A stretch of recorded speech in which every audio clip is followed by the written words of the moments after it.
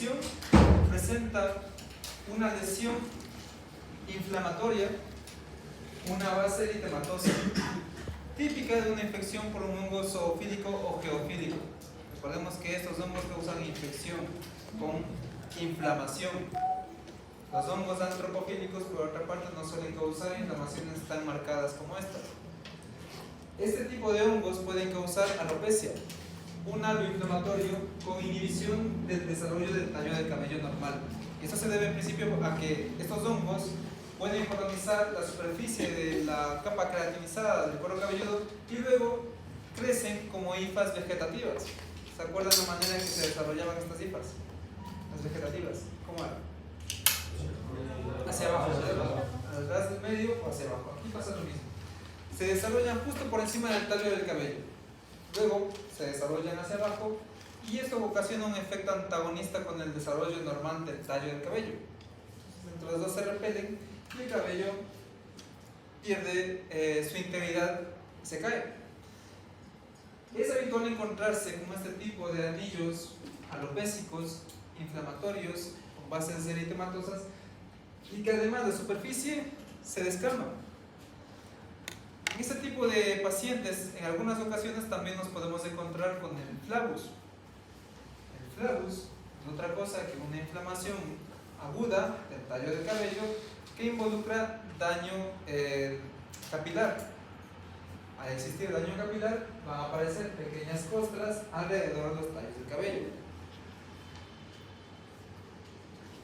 Es habitual también encontrarse en los casos que el paciente presenta flavus dentro del tallo del cabello los conidios de la reproducción sexual de estos hongos.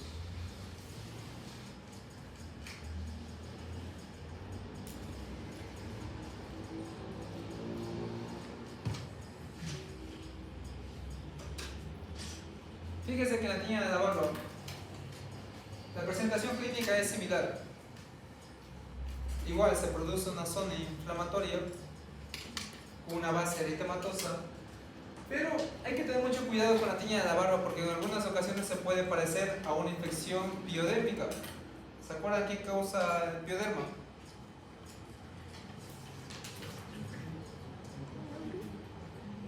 El pioderma, chicos, ¿qué causaba el pioderma?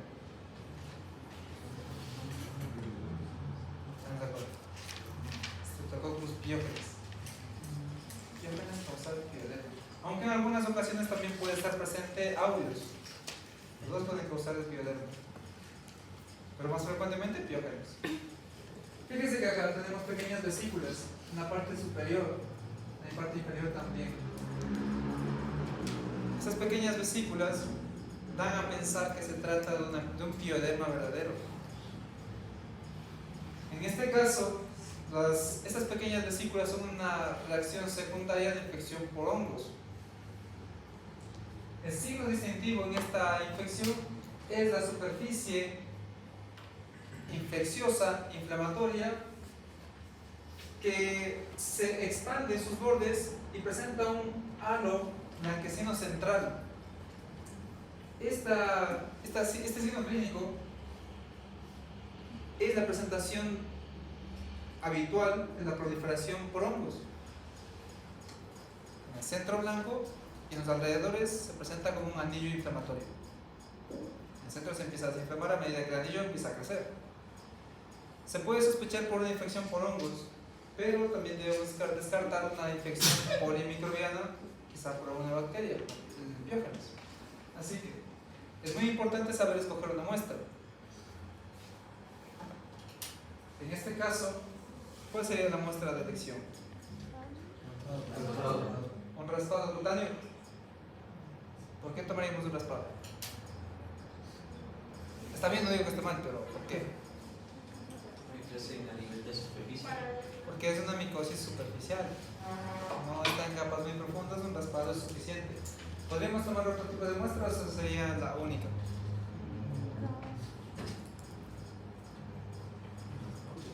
¿Alguna otra muestra? El mismo tallo del cabello. Recordemos que dentro del tallo del cabello podemos encontrarnos los conidios de este hongo. Así que la muestra de elección será el raspado o el tallo del cabello, pero de preferencia el raspado. En este caso, ¿cuál sería la muestra de elección?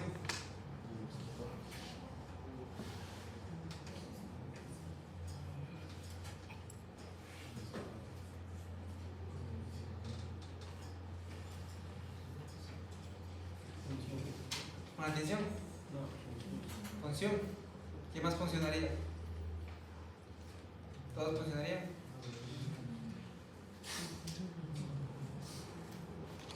Chicos, para empezar, la infección por hongos, ¿en dónde está? Capa superficial. Si meto una aguja, se va a ir muy adentro, a una zona en donde no va a haber el organismo. Así que la función, para empezar, ahí no estaría indicado.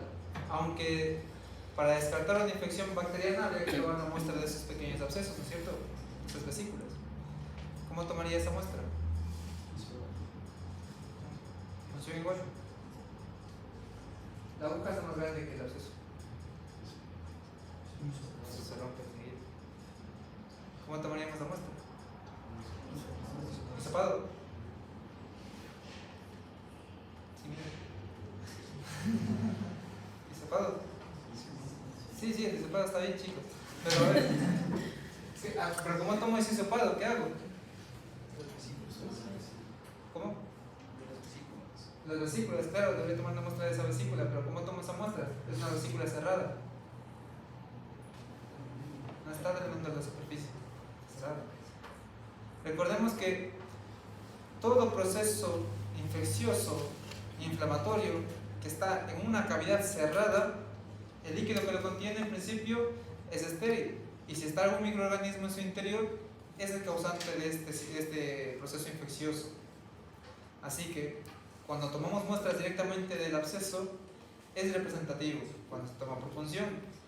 Sin embargo, cuando el absceso ya se ha drenado a la superficie, ese líquido deja de ser representativo porque se contamina con la microbiota habitual de la zona aledaña al sitio de la infección.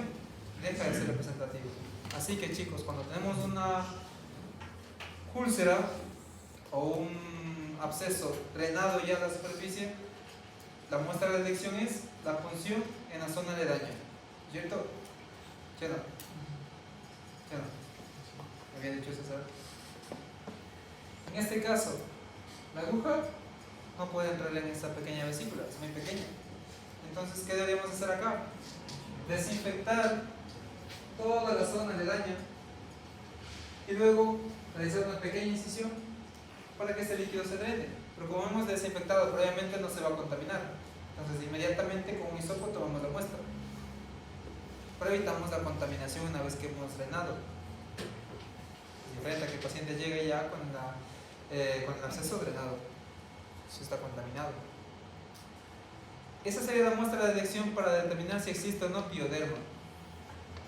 Pero si queremos dar el diagnóstico por un hongo geofílico o zoofílico y dar un diagnóstico de piña barbaria, ¿cuál sería la muestra de elección?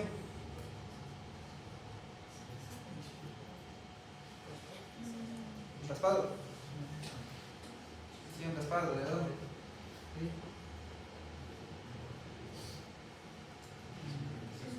¿De dónde? La zona centrípica, ¿no es cierto? Esa zona, porque ahí está el hongo desarrollándose, por eso se ve blanquecino. Hacemos un raspado y eso mandamos al laboratorio.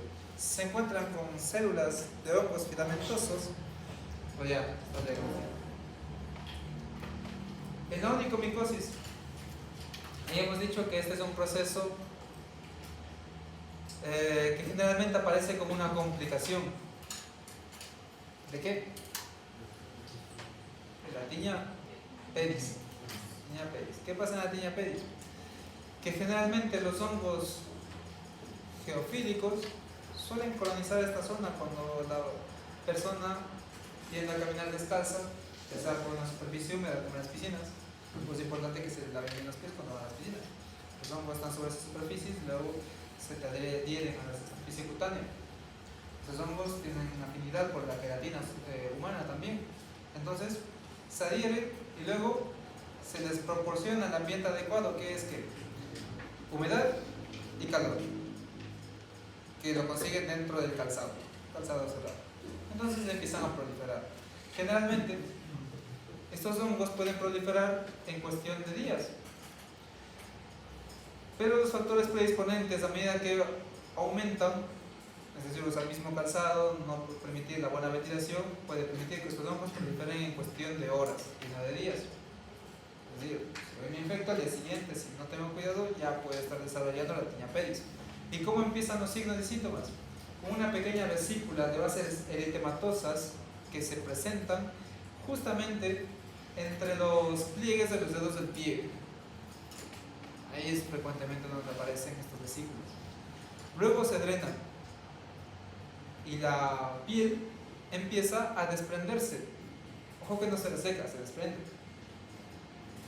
Pero la base eritematosa sigue estando presente.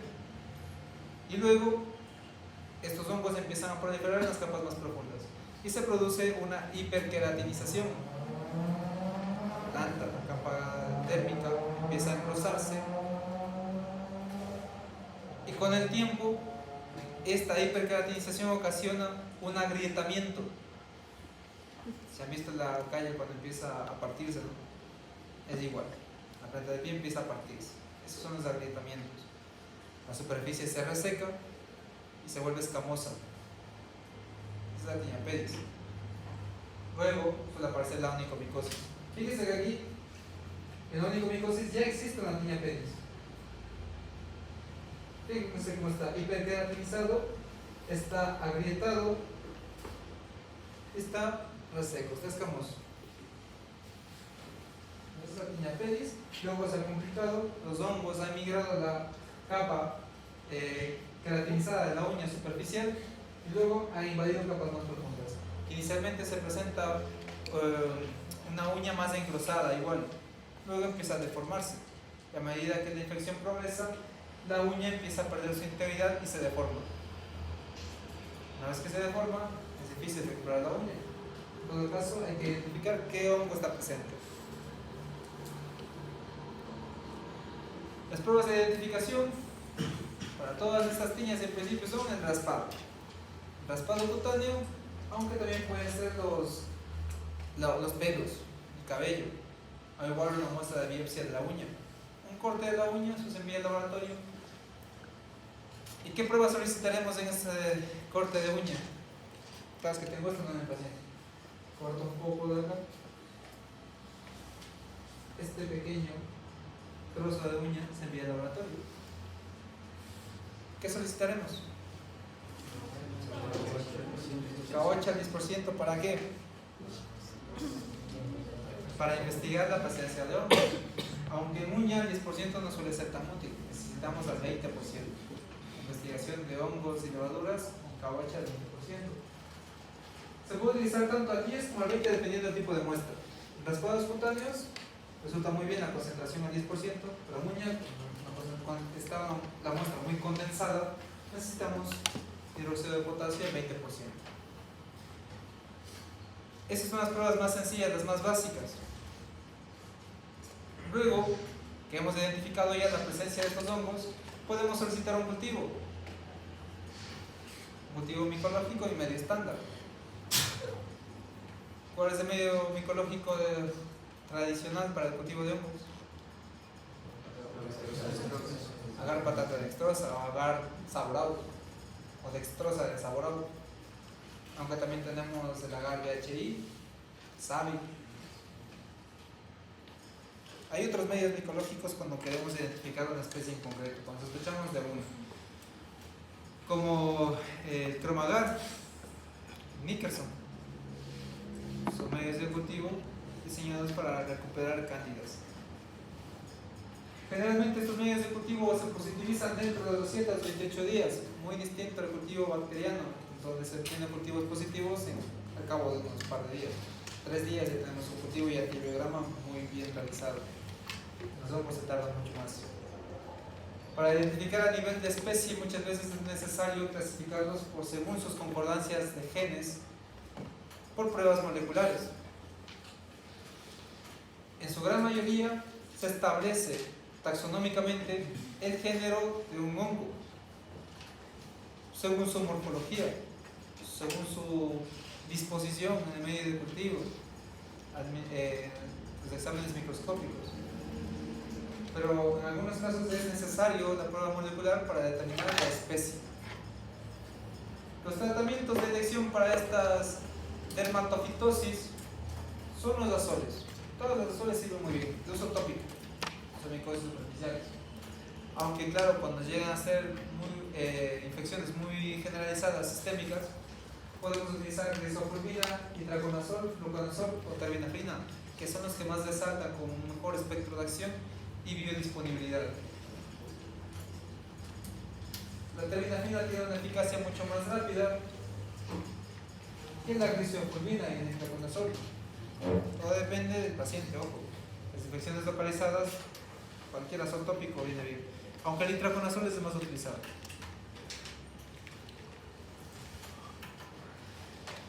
Las onicomicosis causadas por hongos que no son dermatófitos. Los hongos que no son dermatófitos también pueden causar onicomicosis, que en principio pueden ser hongos geofílicos o antropofílicos. Entre los hongos geofílicos tenemos aspergillus y fusarium. Entre los hongos antropofílicos tenemos a Candida. Ojo que Candida puede presentar muchas resistencias. Puede ser una infección refractaria. Estos hongos por lo general son difíciles de tratar y cuando se fracasa la terapia antifúngica está indicada la decisión parcial o total de la uña, aunque también se puede intentar con itraconazol oral o la terbinafina o también utilizar laca de uñas con amorolfina al 5% en casos de onicomicosis.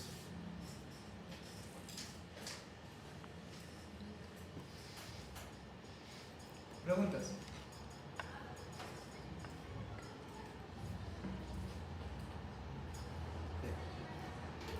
Si no tienen preguntas, con eso terminamos el tema de las micosis superficiales y cutáneas. Vamos a hablar sobre las micosis subcutáneas.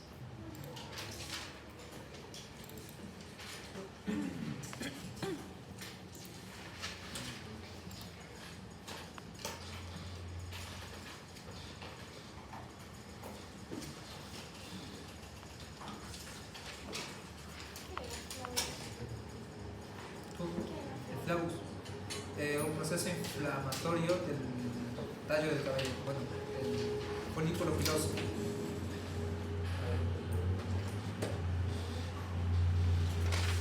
Y aparece una costra alrededor del tallo del cabello. Macroscópicamente así se da cuenta que existe flavos. Una costra alrededor del tallo del cabello.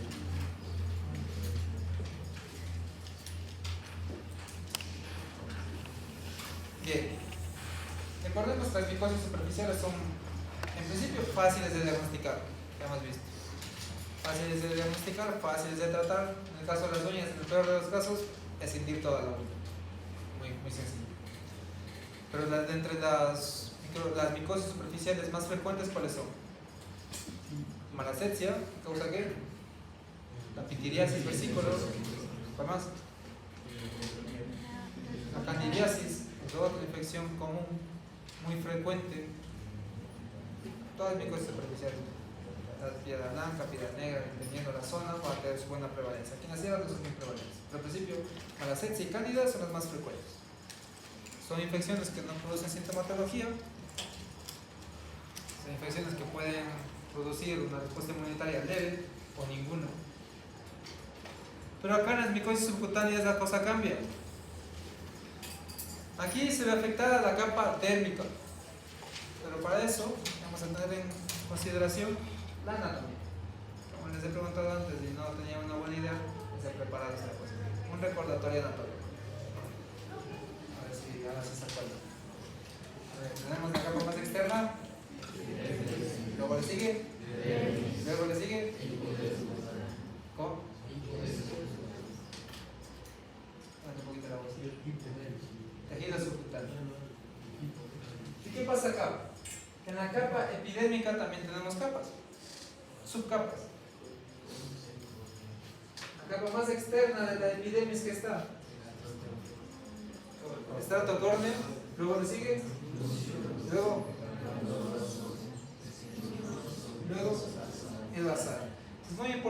virus que se acuerdan de todas estas capas, sobre todo en bacteriología, micología, virología. Es muy importante tener en cuenta qué células se van a ver afectadas. Según eso ustedes sabrán si se trata de una micosis superficial, una micosis subcutánea, si se trata de un virus que realmente está afectando la capa del estrato basal. Hay un virus que afecta directamente esa capa, pero en principio todas estas capas tienen el virus, pero para que se establezca la infección debe llegar acá. Es el virus del papiloma humano. Debe llegar al estrato basal para poder replicarse. Mientras no llegue a esa capa, no se replica. Y fíjense que en la capa epidérmica no existe ningún sistema, ni linfático, ni vascular, pero en la dermis ya. En la dermis existe vascularización, existe terminales nerviosas, ganglios, sistema linfático ya está presente, por ende ya existe presentación de antígenos, tenemos una respuesta inmunitaria, a diferencia de los microbios superficiales. También están los folículos pilosos, también puede aparecer infecciones asociadas a esto. Entre las micosis subcutáneas más frecuentes tenemos la esporotricosis, el micetoma micótico, la cromoblastomicosis. Todos ellos los iremos estudiando uno a uno. Primero, las generalidades.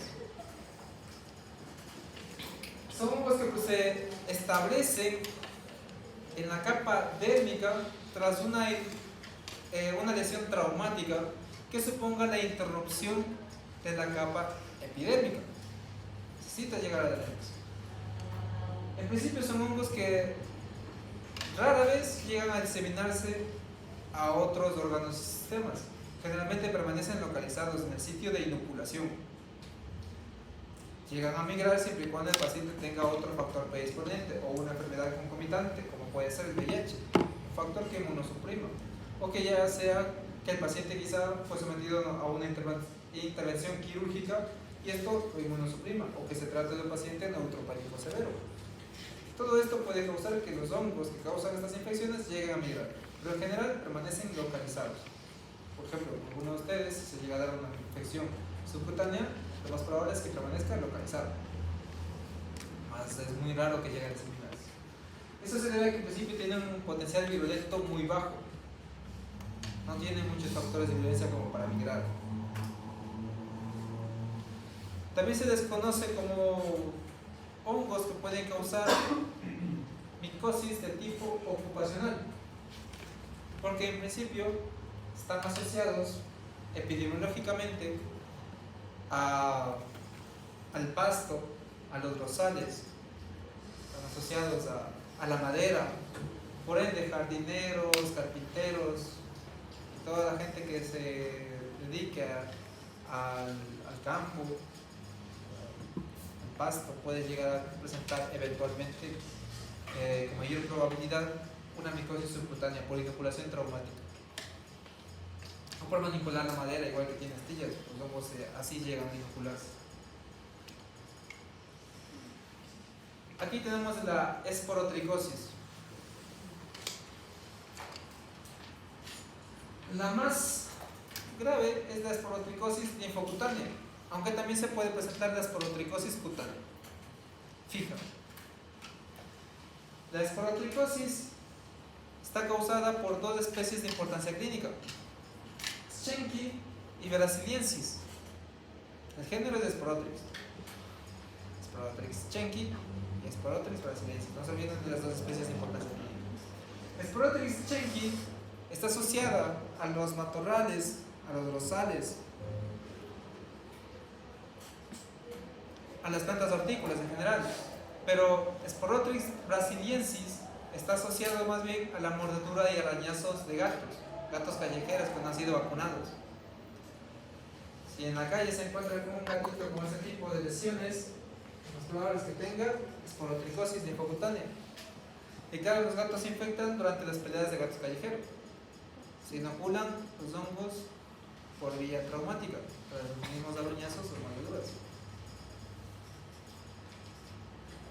Entre Sporotris chenki y brasiliensis es mucho más virulenta. Sporotris chenki no es tan virulenta.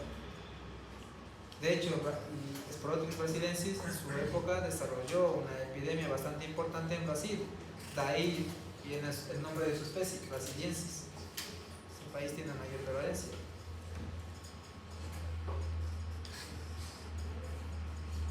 Hay una población que tiene una buena respuesta inmunitaria contra Sporotris chenki. Son los mexicanos. En esa zona existe una buena distribución de Sporotris chenki en la naturaleza. Luego, chicos, a medida que vamos avanzando en la clase deben ir relacionando la terminología. De los dos, ¿cuál será un hongo geofílico y zoofílico?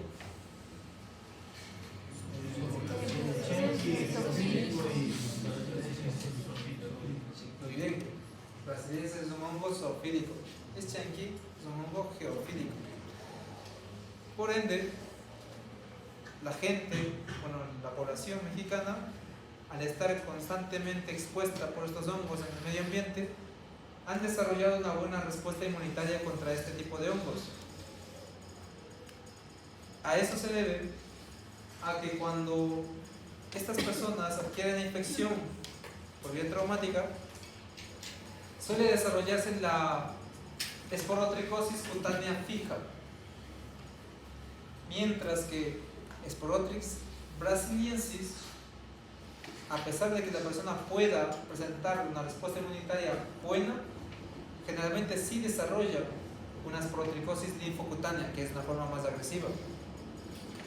Entonces, en conclusión, tanto Sporotris chenki como brasiliensis pueden desarrollar esporotricosis linfocutánea, los dos. Pero solo Sporotris chenki podría desarrollar una esporotricosis cutánea fija, porque en principio brasiliensis es muy virulenta. Difícilmente se va a quedar como una esporotricosis cutánea fija, va a seguir migrando por los factores de virulencia que tiene.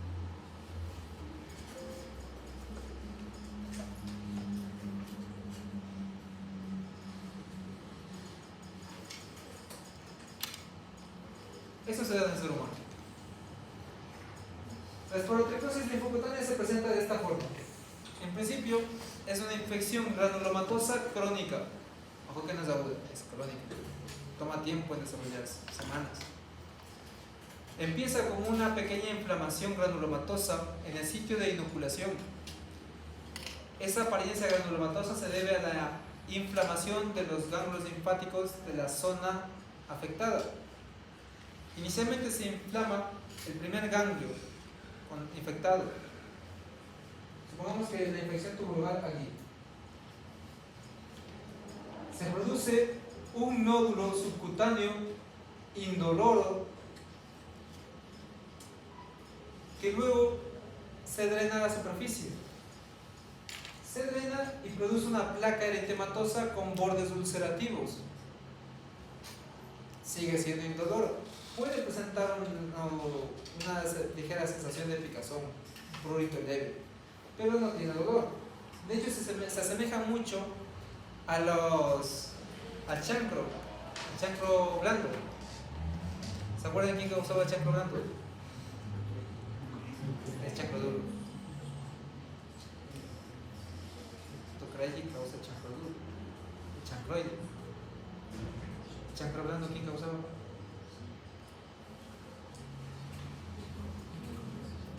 Sífilis. Ese es el síndrome clínico, pero la enfermedad, ¿quién la causa? Treponema pallidum. Bien. Signos clínicos de la sífilis o chancro blando.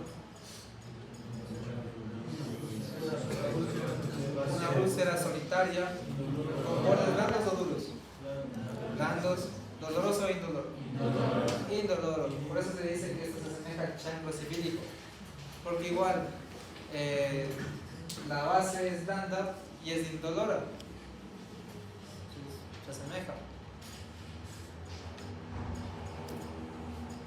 Pero también esta ulceración drena un líquido fétido al exterior. Está drenando constantemente, está drenando un poco de líquido fétido. Cuando se queda localizado y no migra, es la esporotricosis cutánea fija. Y no migra precisamente porque no existe una infección diseminada en los ganglios. No existe linfangitis. Está localizada y esto se debe a la buena respuesta inmunitaria del hospedador. Pero cuando migra, cuando aparecen nuevos nódulos ulcerativos, se debe a que estos hongos están drenándose por el trayecto linfático entre cada uno de estos ganglios. Por todo el sistema linfático empieza a migrar este hongo. Empieza a causar pequeños nódulos inflamatorios, ulcerativos. Se presenta como una cadena estancada. Todos son indoloros, todos son supurativos.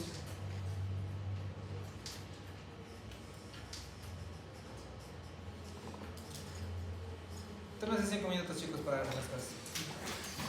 Es una enfermedad ocupacional debido a que necesita inocularse por vía traumática. Generalmente las personas adquieren infección tras estar expuestos a estos hongos por contacto directo con los arrozales que tienen espinas. Ese es el contacto más frecuente. En todo caso, si tenemos estas lesiones macroscópicas, debemos asegurarnos de que se trata de una esporotricosis y no una infección bacteriana primaria. Así que tomamos la muestra representativa del sitio de la infección. ¿Cuál sería la muestra representativa aquí? ¿Un hisopado de dónde?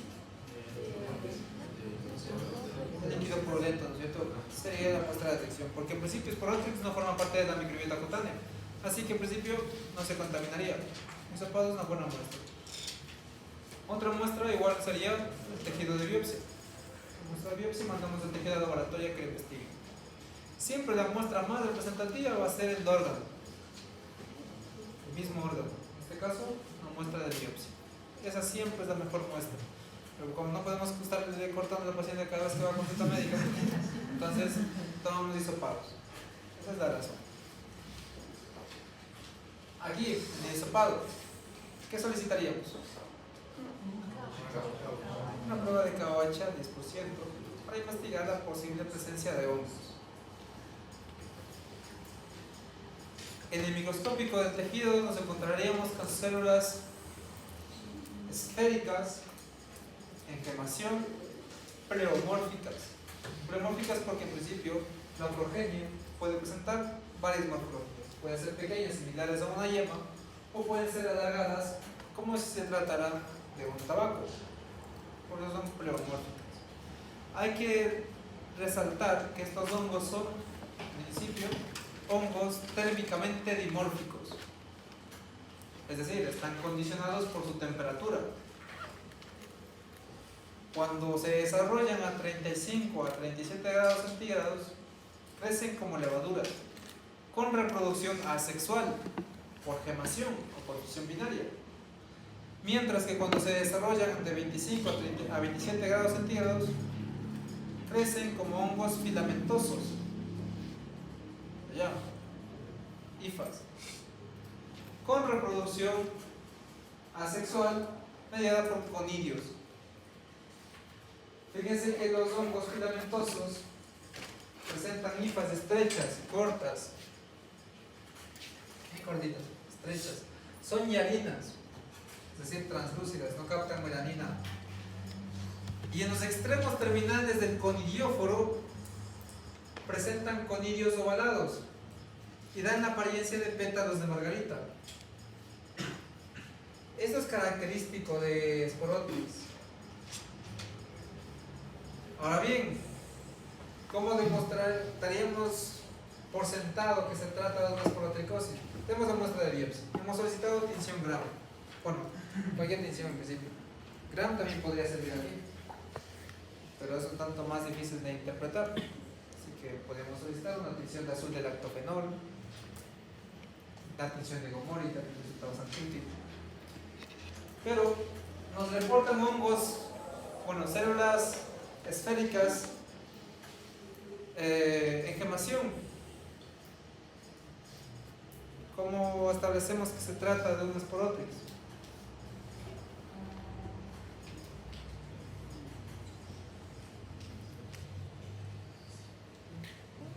Nada, llamamos a alguien que sepa. ¿Qué hacemos?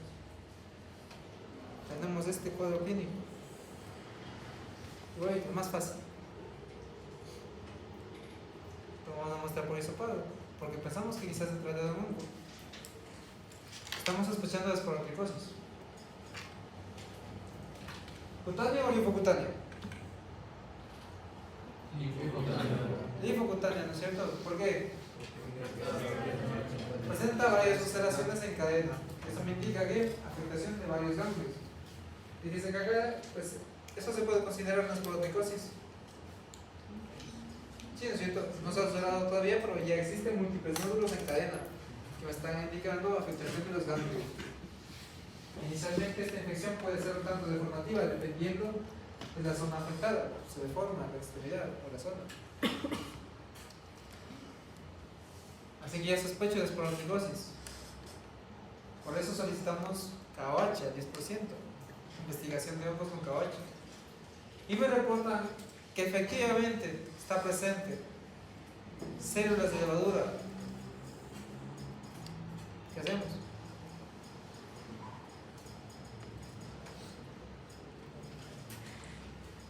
Para ser más exactos, células de levadura pleomórficas en gemación. Eso les reportan.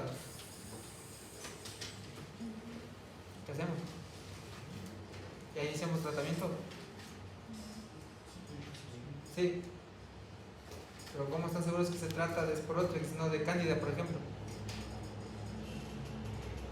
Cándida es una levadura.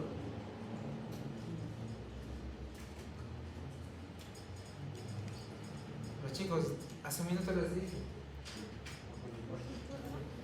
¿Qué está allá? ¿Qué es eso?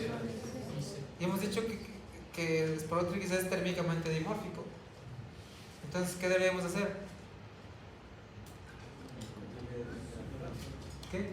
Cambio de temperatura. ¿Cómo cambio de temperatura? ¿Qué haríamos? Tenemos la muestra todavía, es un hisopado. ¿Qué hacemos con ese hisopado? ¿Le metemos al horno? Cambio de temperatura. ¿Qué hacemos? Hemos visto ya células de levadura en la muestra de biopsia. Chicos, piensen un poquito. ¿Por qué dijimos que se trata de un hongo térmicamente dimórfico? ¿Qué significa que sea térmicamente dimórfico? Tiene diferente morfología en diferente temperatura, ¿no es cierto? Térmicamente dimórfico. ¿Por qué tendrá esta forma en el tejido o en el hisopado? Por la temperatura corporal, que es ¿cuánto? 37. Entonces a 37 va a presentar ¿qué forma? Levaduriforme. Entonces quiero demostrar el dimorfismo térmico para estar seguro que se trata de Sporotrix. Entonces, ¿qué hago con el hisopado? Cultivo, ¿no es cierto? ¿En qué? Medio micológico. ¿A cuánto? A 25 o 27 grados centígrados. Bajo la temperatura. A estos 25 grados, ¿cómo se desarrollará? Como un micelio. Porque es un hongo térmicamente dimórfico. Ahora, ¿qué pasa si cultivo a 25 grados y vuelven a crecer levaduras? ¿Será Sporotrix? No, no es Sporotrix, se trata de otro hongo. Sporotrix térmicamente dimórfico, debería haber cambiado su morfología. Entonces, así confirmamos la presencia de esporotricosis, sea Chequio o brasiliensis. Pero a ver, en algunas ocasiones en la muestra de biopsia en el exudado, el inóculo puede ser muy bajo y puede resultar que en el microscópico no nos encontremos con las células levaduriformes por el bajo puntaje de levaduras. Pero igual y mandamos a cultivar a 25 grados centígrados y crece una forma micelial. Crece esto. No tenemos el microscópico en fresco, no hemos visto nada, pero en el cultivo a 25 crece esto. ¿Qué haríamos?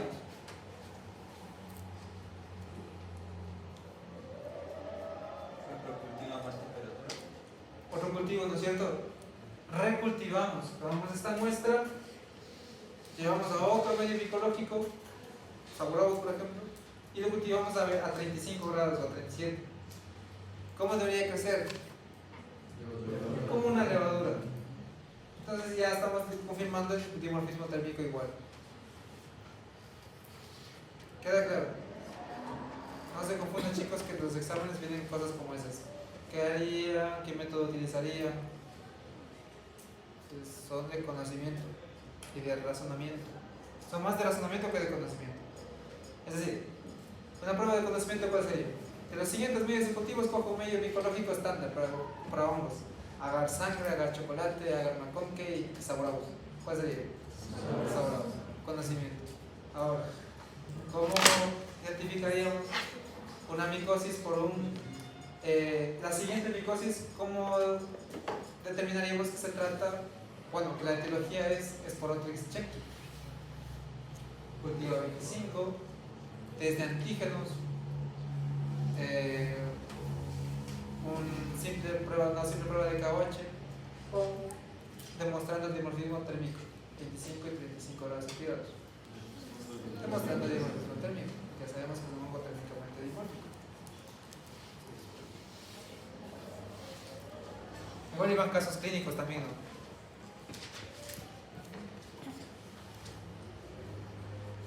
O igual puede ir la morfología de los hongos, los casos clínicos.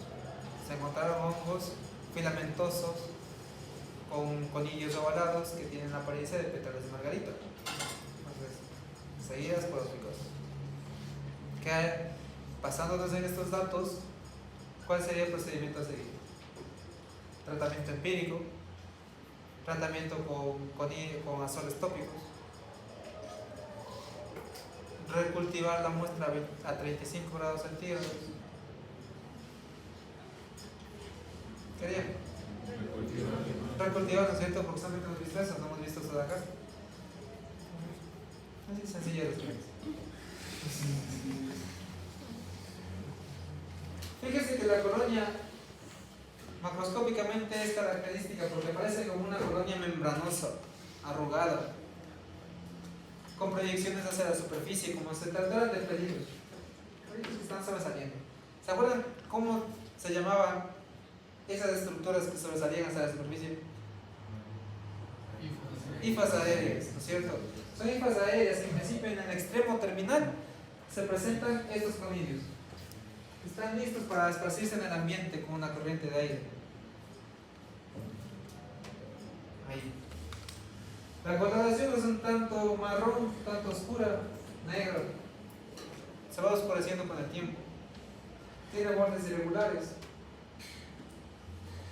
Si vamos al microscopio ya es diagnóstico respecto a las margarita.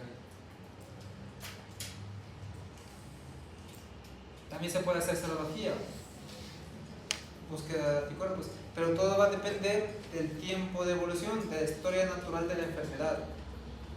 ¿Sí sabemos qué es la historia natural de la enfermedad, no? No, nunca has hablado de eso. La historia natural de la enfermedad abarca desde el momento de la inoculación del microorganismo va su proliferación, su evolución clínica, sus complicaciones, diagnóstico, tratamiento y seguimiento. Todo eso es la historia natural de la enfermedad.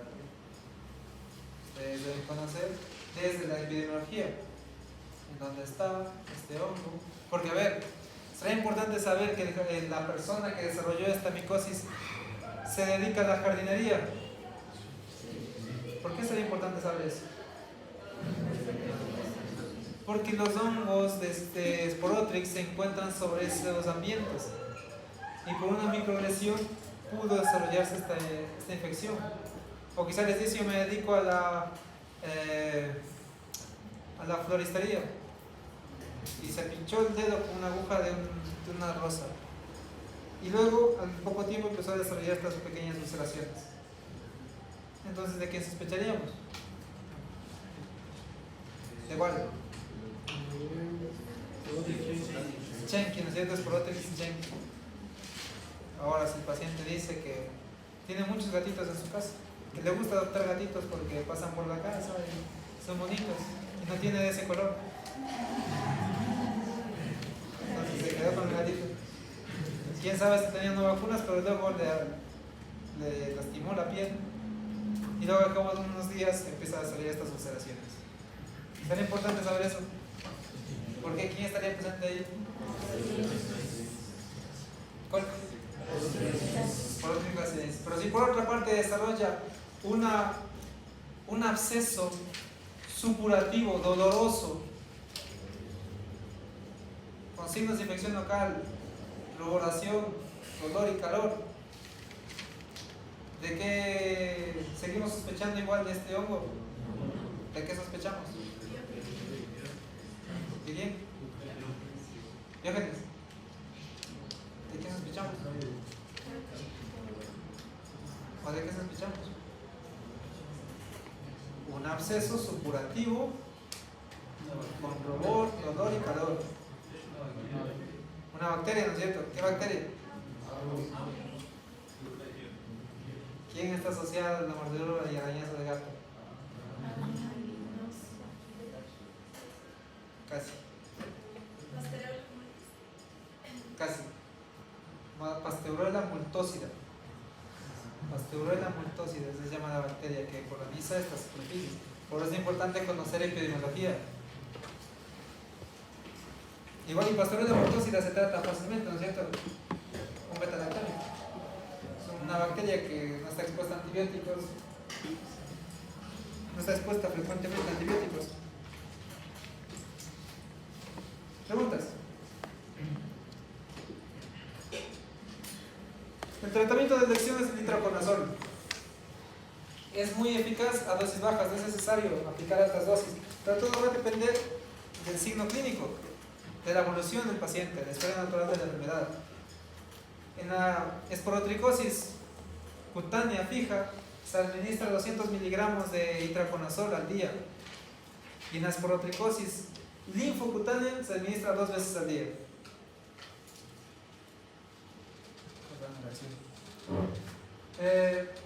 Igual cambia el tratamiento cuando se trata de una paciente embarazada. En pacientes embarazadas se aplica calor superficial, calor en la zona de infección. Se llega a subir la temperatura hasta los 43 grados centígrados para evitar la proliferación de estos hongos. Igual les he dejado un artículo en la plataforma de Leva. ¿Ya leyeron? ¿Han entrado a la plataforma? Entrar. Tienen como 5 actividades. Tienen una actividad que es solamente leerse un artículo. Todos los lees, no tienen que hacer nada más. 4 páginas. Es un reporte de un caso clínico del 2021 que igual les habla de tratamientos y de cosas así. También de evoluciones actualizadas de Sprotrix, Chenky, cómo se desarrolla, consideraciones éticas, así que léanse, está interesante. Y luego la próxima clase discutimos al respecto. ¿Preguntas? Esporotricosis. Está sencillo, ¿no? Es la primera que hemos visto. La cromoblastomicosis. Tienen que estudiarse la terminología, chicos, ojo con eso, no se olviden. La cromoblastomicosis en principio es una infección causada por hongos de matiáceos. Estas infecciones se producen con mayor prevalencia en zonas tropicales, zonas cálidas y húmedas. Son hongos geofílicos que están presentes sobre la tierra, sobre las plantas, aunque tienen mayor prevalencia sobre los troncos, la madera, los árboles. Ahí tiene mayor prevalencia. Y de hecho la gente adquiere la infección igual por circulación traumática, tras andar por estas superficies sin calzado. igual se trepan a los árboles con los pies descalzos. Entonces, esas pequeñas astillas de los árboles introducen estos hongos en la capa dérmica y luego empieza con la infección. Se caracteriza por presentar placas o nódulos verrugosos con desarrollo progresivo de una infección crónica. En los tejidos pueden aparecer las células agrandadas, son células gigantes, son células tabicadas, vertical y horizontalmente, pigmentadas, por eso que son hongos de mantiáceos, por eso aparecen así, pigmentadas, como si se trataran de hileras de ladrillos en círculo.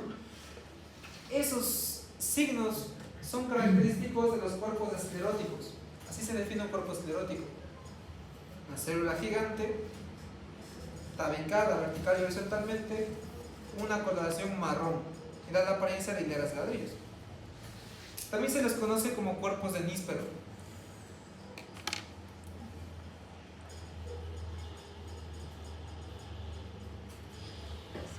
Esta es una infección netamente geofílica, es decir, no se ha reportado todavía casos en que una persona haya transmitido la infección a otra persona, y en principio se debe a que es una infección subcutánea. Difícilmente una persona se va a cortar la mano y va a estar tocando la infección para infectarse. Es muy difícil, por eso no hay reportes de ello. Pero igual deben tener siempre precauciones. Nunca toque a un paciente sin guantes. Igual se puede infectar de otras cosas. En la clínica se presenta como tal. Fíjense. Sigue siendo una infección linfangítica. Aquí la infección se establece en el sistema linfático, empieza a obstruirse los ganglios, es decir, se produce una estasis linfática. ¿Saben qué es estasis? La estasis es la obstrucción del ganglio linfático, de manera que el líquido linfático deja de drenarse, se empieza a acumular en el ganglio. Y a medida que los líquidos se van acumulando, la extremidad empieza a agrandarse y da como resultado el signo del pie de elefante. Estos nódulos verrugosos tienen otra característica, que claro que son indoloros, ¿no?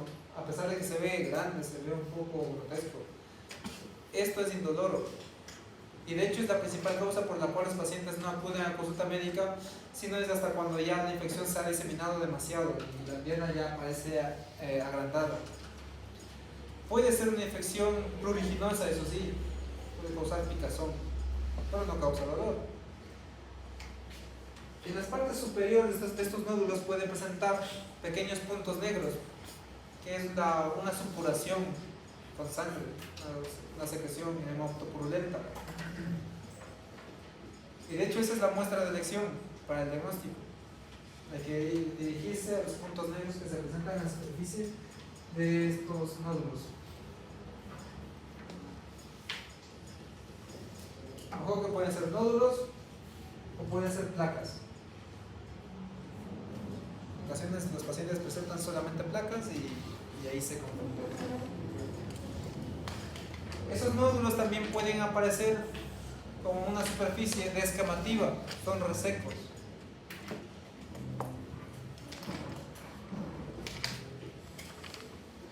Igual y estas ulceraciones pueden permitir el paso de microorganismos desde el exterior hacia la zona infecciosa y puede producirse una infección polimicrobiana, es decir, puede estar involucrado también una bacteria, y esto favorece a la linfangitis y a la linfadenitis y por ende a la estasis también, y se sigue agrandando la extremidad.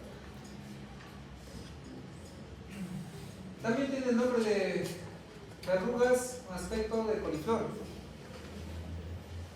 O cuando les refieran como tal a este tipo de lesiones con aspecto de coliflor, puede sospechar de una cromoblastomicosis. Que este signo de la elefantiasis también puede estar ocasionado por un parásito, ¿se acuerdan? Ya se verá. ¿Qué parásito causa elefantiasis? Las filarias. Las filarias son transmitidas igual por mosquitos. La picazón transmite la filaria al torrente sanguíneo y de ahí viaja a los ganglios. Igual causan inflamación de los ganglios, por eso igual puede aparecer elephantiasis. Pero en el caso de las filarias no aparecen estos nódulos superficiales.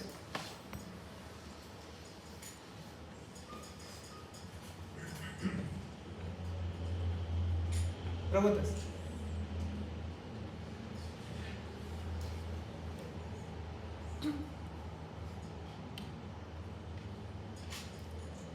Las pruebas de identificación. Se puede presentar como una infección crónica, pero inicialmente aparecen estos nódulos pequeños. Esto aparece como estos pequeños nódulos, sin agrandamiento todavía de la extremidad. Ojo que el agrandamiento es una consecuencia de una infección no tratada. Estos nódulos, cuando son pequeños, la extirpación quirúrgica es el tratamiento de elección, pero no únicamente del nódulo, sino de toda la zona aledaña, porque los ganglios aledaños también pueden estar afectados. Y nada más sirve retirar unos y los demás van a continuar diseminando la infección. Ese es el tratamiento de elección en la infección aguda. Cuando es una infección crónica, ya aparece la elephantiasis. Iniciamos terapia antifúngica vía oral. Podemos utilizar el nitraconazol, es el más efectivo, junto con la terbinafrina. Pero en algunos casos es necesario combinar dos antifúngicos para aumentar el sinergismo. Generalmente se utiliza el nitraconazol con la flucitocina. Tienen una buena respuesta antifúngica, los dos juntos. En algunos casos se ha reportado que el posaconazol también ha resultado de utilidad, pero esa es medicina basada en evidencias. Deben actualizarse. Igual ustedes pueden hacer sus propios ensayos clínicos, pero no ahorita, unos 10 años. Sepan muy bien a consecuencias. Ojo que no se pueden combinar todos los fármacos. Algunos pueden tener un efecto antagonista y puede ser perjudicial. O la combinación de algunos fármacos puede provocar un efecto citotóxico. Entonces, hasta para combinar hay que saber combinar. En este caso, nitraconazol con flucitocina ya está muy bien probado que tiene un efecto sinérgico entre los dos para este tipo de micosis.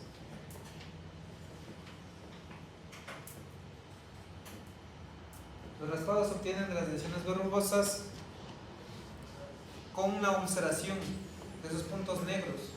De ahí se toma la muestra, raspado, y eso mandamos al laboratorio.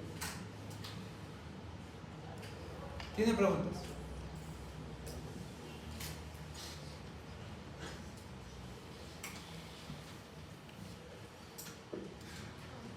Se toma ubicótico.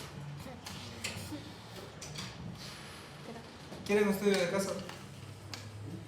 Un estudio de caso. Un estudio de caso. ¿Alguna vez han estudiado un caso clínico?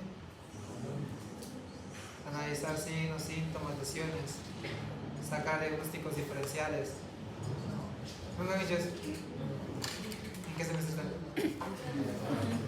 ¿Cuánto debe saber eso?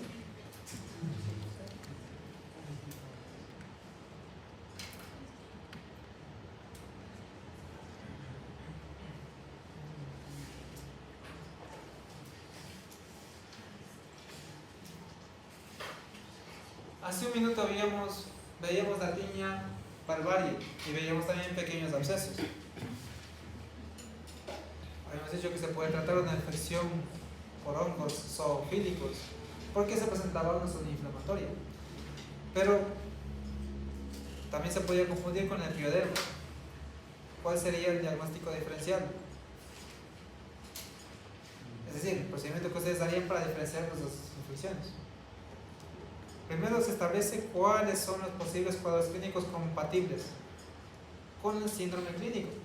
Y luego las pruebas de diagnóstico para diferenciarlas, según el patógeno más probable. Entonces, ¿cuáles serían las pruebas de elección? Ahí, ya, yo mismo les digo, puede ser un pioderma o puede ser Atynia barbaris. Dos posibles cuadros clínicos que encajan en ese paciente. ¿Cuáles serían las pruebas de elección para diferenciarlas? ¿KOH de qué? ¿De qué? Está raspado cutáneo. Del centro de la lesión. Para confirmar que hongos. Y para el pioderma haríamos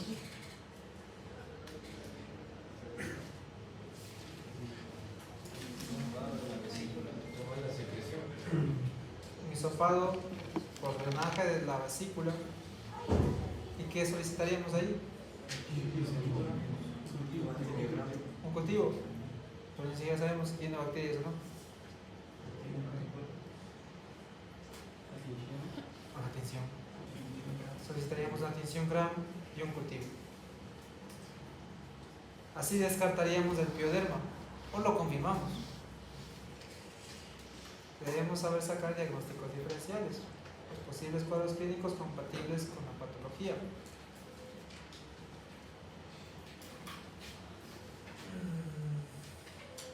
¿Qué pasa si acá solamente tengo esta úlcera indolora? No, más bien esta, acá, aquí. Descartamos todas las de acá. Todavía no está ulcerado. ¿Qué pasa si tenemos únicamente un absceso subcutáneo no drenado? ¿Cómo que está cerca de la ingle? ¿De qué podríamos sospechar?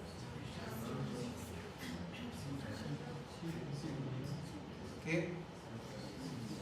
¿De qué sospechamos? Podría ser sífilis, pero ¿están seguros?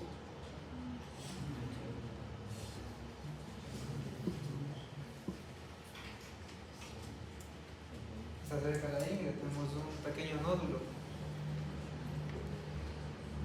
Es indoloro.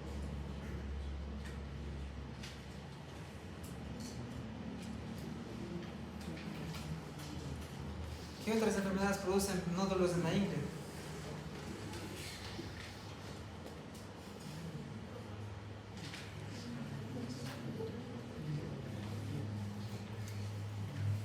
Voy a regresar a la tercera.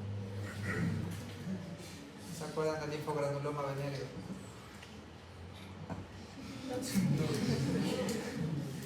¿Qué pasa del linfogranuloma venéreo?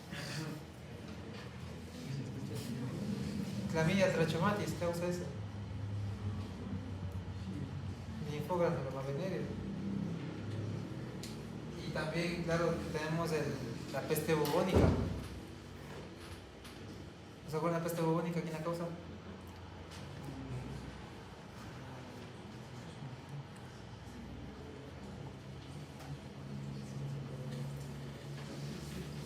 Bueno, pero en todo caso, chicos. Así no estudiaron, tienen que ir a estudiar. Pero así se saca diagnósticos diferenciales. Buscamos posibles cuadros clínicos compatibles.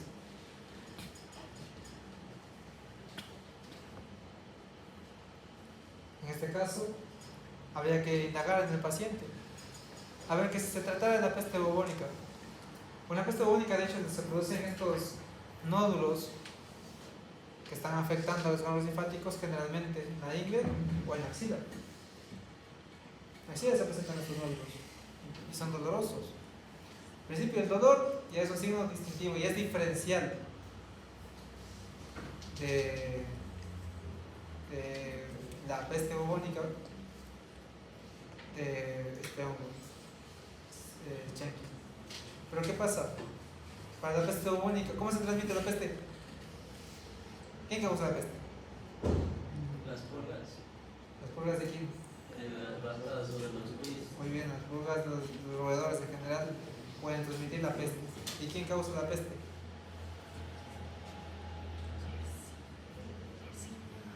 Ahí va. Yersinia pestis. Yersinia pestis causa la peste bubónica. Y también tenemos otro miembro de esa misma familia que causa enteritis en el ser humano. Yersinia enterocolítica, que también causa diarreas. Pueden sacar diagnósticos diferenciales. Ojo, con los exámenes también se suele poner diagnósticos diferenciales. Cuadros clínicos compatibles, ¿cómo los diferencian? ¿Qué prueba utilizarían para diferenciar un cuadro clínico? Y sabemos, ¿no?, cuál es el marcador bioquímico de elección para determinar una bacteremia. ¿Cuál es?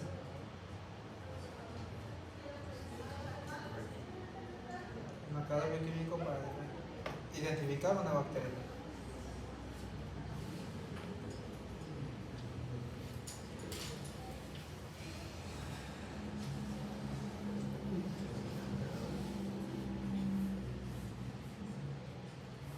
Procalcitonina.